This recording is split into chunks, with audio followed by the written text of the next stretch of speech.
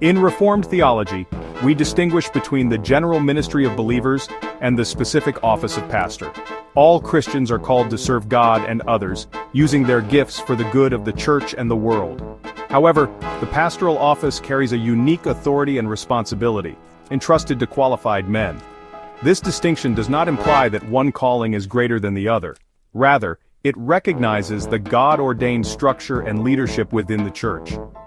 Understanding this difference is crucial for appreciating the roles of both men and women in the body of Christ. The pastoral office, as we will explore further, involves shepherding, teaching, and exercising spiritual oversight within the church. This role has specific biblical qualifications that guide the church in identifying and appointing suitable leaders. Scripture offers numerous examples of women who faithfully served God in various capacities. Deborah, a prophetess and judge, displayed remarkable courage and leadership in Israel. Phoebe, commended by Paul, diligently served the church in century. Esther, with great bravery, interceded for her people and saved them from destruction. These women exemplified dedication, wisdom, and leadership in their respective contexts.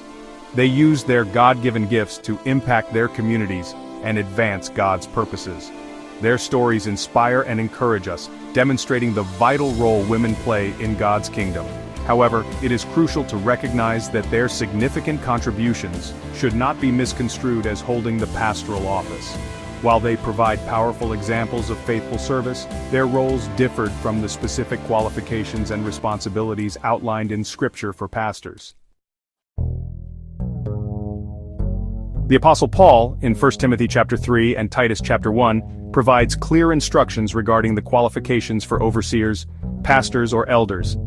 These passages emphasize the character, conduct, and doctrinal soundness expected of those entrusted with this leadership role.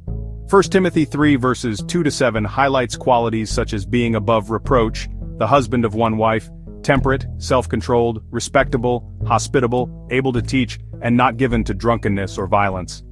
Titus 1 verses 5-9 echoes similar characteristics, emphasizing the ability to hold firm to sound doctrine and refute those who contradict it. These passages, while addressing various aspects of an elder's life, consistently use male pronouns when referring to those who are to hold this office.